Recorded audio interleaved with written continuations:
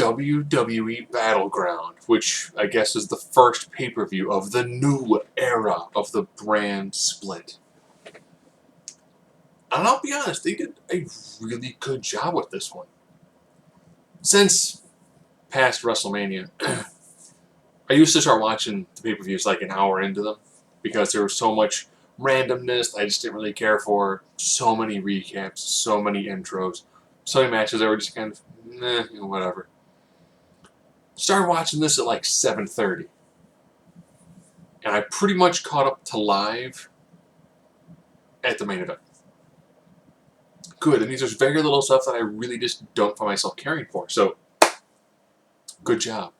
We'll begin with the women's tag match. Charlotte and Dana. It's for the team of Sasha Banks and Bayley. Crowd went nuts, and I was like, oh. Me and my wife was like, it's Bayley. She's not main roster now? Does that mean she's done on NXT? My wife watches all the wrestling with me. Yes, you can find women that you can turn into wrestling fans. And then they made notion that this is like a one-time thing. And I was like, oh. If Bayley would have come back, Becky would never be the primary babyface of the women's division. But solid match, great back and forth. Of course, Sasha has to make the champ tap. That's how they're going to play into SummerSlam. Or Sasha Slam. Or Summer Sasha.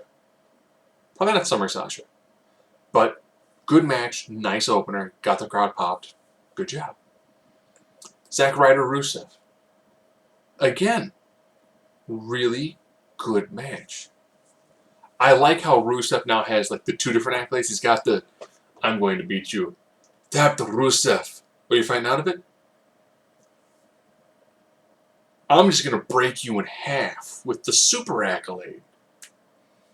Zack Ryder has turned it up really well since WrestleMania. It's like you can tell he's reinvigorated. It's like this is his time. Good. I like the Zack Ryder. Solid match with Rusev. Did a good job. A New Day taking on the Wyatts in a 6-man match. The storytelling between Xavier Woods and Bray Wyatt, phenomenal. The fact that now Braun Strowman is going to kind of languish on Raw while Eric Rowan and Bray Wyatt are going to be by themselves on SmackDown. It's going to come down a lot to when Luke Harper comes back. What they do with him. But nice back and forth. I like to do the bigger, stronger team counts to slow down the faster guys. I like that. I really hope Big E's okay. He's been doing that spear through the middle rope to take the guy to the outside of the ring.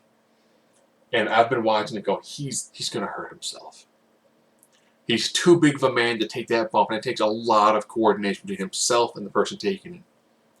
He gets it to Braun Strowman, who I think is just too big to take that move.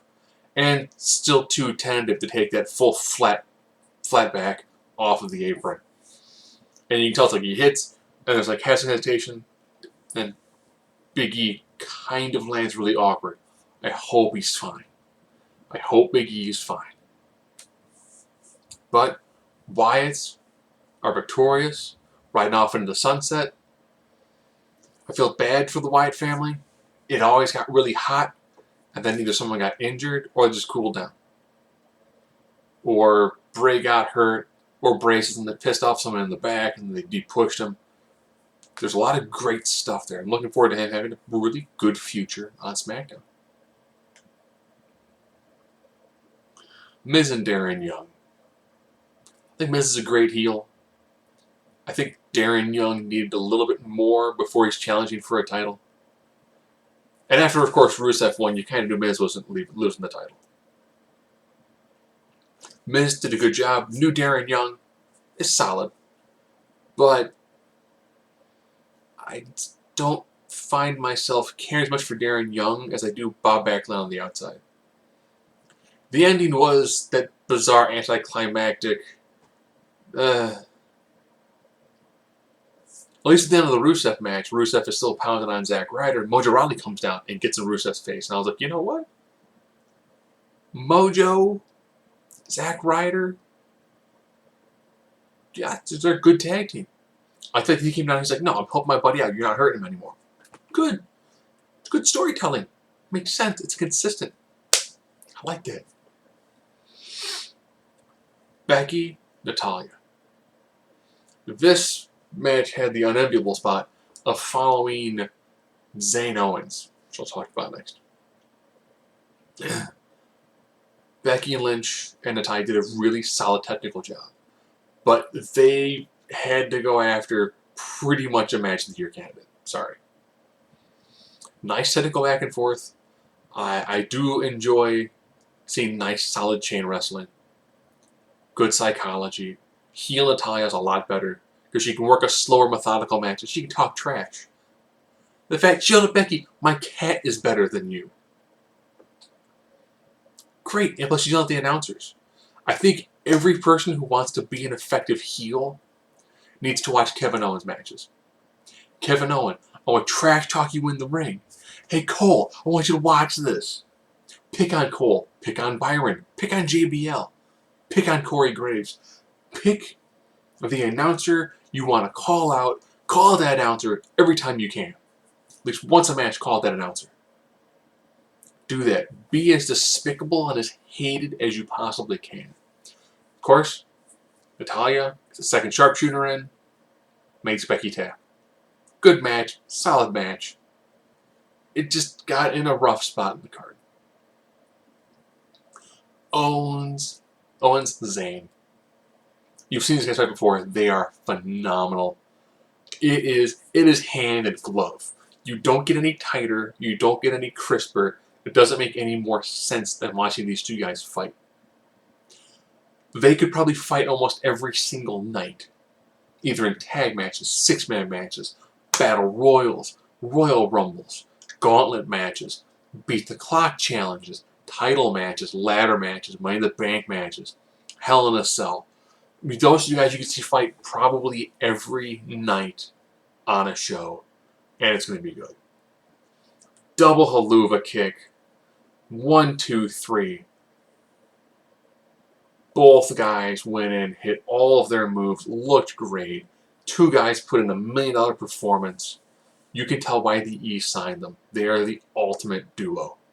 And I'm looking forward to somewhere down the line when they join forces to just destroy the tag division. The six-man match, the other one. The Club. The Being Breaking Up Club. Because you can't have dominant heel groups anymore that are cool and are getting over. Because E's a face corporation. Taking on the team of Enzo, Big Cass, and John Cena. Enzo, again, just cut a wicked promo. If Enzo ever retires from the ring, he needs to just jot down every punchline he can think of. And just be like, okay, creative, what's this guy do? I've got 1,000 lines for that right now. I stall up right now. Do it. You think a popcorn drift from Scream? Yeah. Oh, Enzo More. Jaw dance? No, good. Work that. What am I doing? Move your shoulders, okay? And your feet. I look stupid. Believe it. Believe in yourself. Whatever you say, regardless how dumb it sounds, if you say it with conviction, charisma, and you look into the camera. Like, you know what? Never make eye contact, ever, when you're eating the banana. And it was just like, Washington, you can't DC me. And even John Cena was like, ah! Done. John's in the corner like, man, I am so glad I am the established guy right now. Had John Cena been on the comp at the same time as Enzo? No. Enzo is liquid gold on that microphone. Liquid gold. And when that liquid gold solidifies, it becomes diamonds. That is Enzo on the mic. In the ring, he's okay. But he's the mic. He's the mic. You could put him with a charisma sink and still get the guy over. And Cass really come into his own. Those two guys together are easily probably number 1 and 2 when it comes to promos in that company. Period. You could put them with like 3 or 4 Canadians who have no charisma, and they'd still get over. And the match, I like 6-man matches that are just random, pure chaos. Start out kind of structured, and then it's just, well, I throw you into a barricade. I kick your head off. I hit you with a move. And the ref's just like, the two legal guys are outside the ring, just wailing at each other. Hit finishers, have guys drag you out because no one's kicking out of moves, which is good. Super AA, John Cena beats AJ 1-2-3. They're now 1 apiece. Going into SummerSlam, there's another match. Good match. Tired of seeing AJ get pinned at pay-per-views, but that just means that when he wins, it feels like it's special. But he'll be on his own at the club. And the club may or may not pick up Finn Balor. I don't know. So, I dug that. I dug that a lot. Orton, Jericho, highlight reel. When Orton cares, he is probably the best professional wrestler in the world. When he cares. It seems like now Orton cares. Which is phenomenal. And I was only like, ooh. He's on SmackDown, right? Yeah. Ooh, we're going to see and Randy Orton, who cares, versus AJ Styles. We're going to see a phenomenal forearm into an RKO. And it's going to be glorious. He does a little shoot to Lesnar. I'm looking forward to their match. Their match just needs one spot. Just one spot. Actually, I did it. 2 spots. 2 spots. I need to see an F5 reverse into an RKO. And I need to see a German suplex reverse into an RKO. I need to see him go for like the hook and into like the hip hop. And then during that hip hop, Orton slides out, hooks him in an RKO for like a spinning rotating RKO. Take the momentum of Lesnar. Just do it. Orton, you can do it. You can RKO anybody from your sleep. Yeah, I want Orton to hit just some wicked out of nowhere RKOs. In fact, his gimmick should be he's going to hit an RKO out of nowhere. I want him to have an occasional squash match against somebody where it's like, second, there's an RKO! And like, that's it. Like, Kano, what type of RKO? Take the move from DDP, where at any point in time, any move can be reversed into a diamond cutter, any move should be reversed into an RKO, get the 3 count, make him a true, like, he's a sniper. It's a one-shot kill. Anytime in the match, he can hit it out of nowhere. No signals, just boom. Keeps the crowd on the edge of their seats, and it works. Of course, the RKO Jericho.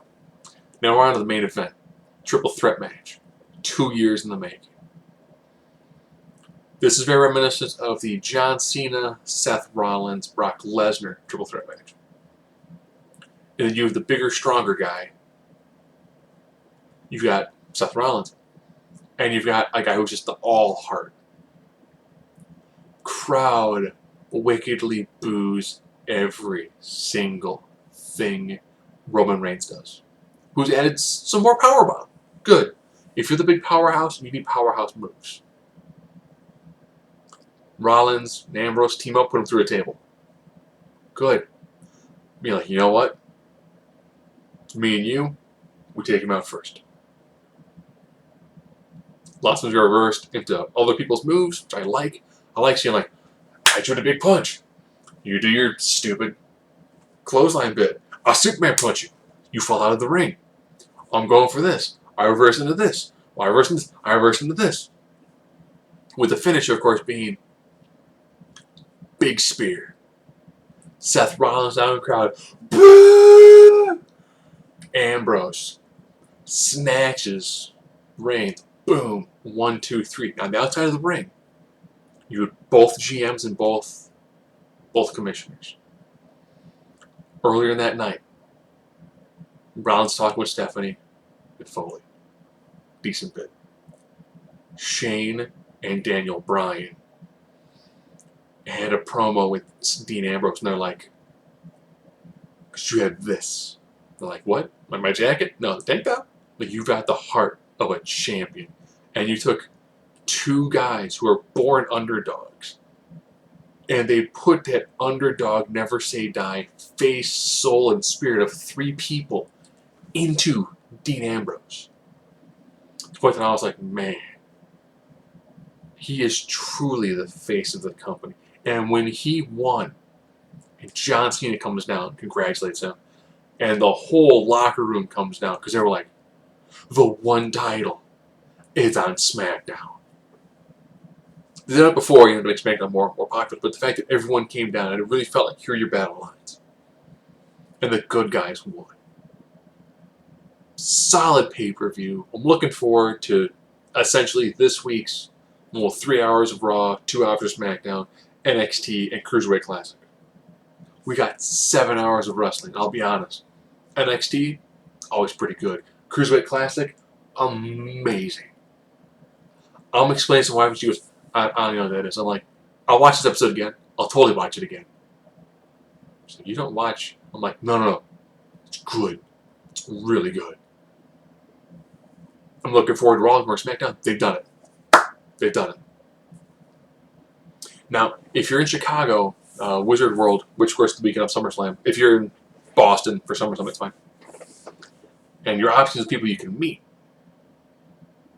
Rollins is $225. Ambrose is $225. These are VIP prices. Balor's at $265. Cena $300.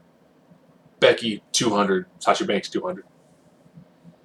They don't have a combination package for anybody, which is kind of BS. But I mean, whatever. So support the E. Support the people you want to see succeed. Go to these events. Buy their tickets. Get the autographs. Get the photo ops. If you want to make a difference when it comes to the E, it comes down to the money. It comes down to the t-shirts of the people that you buy, the figurines. That is what really drives who is going to do what. So with that, I'm probably dropping $200 for Becky.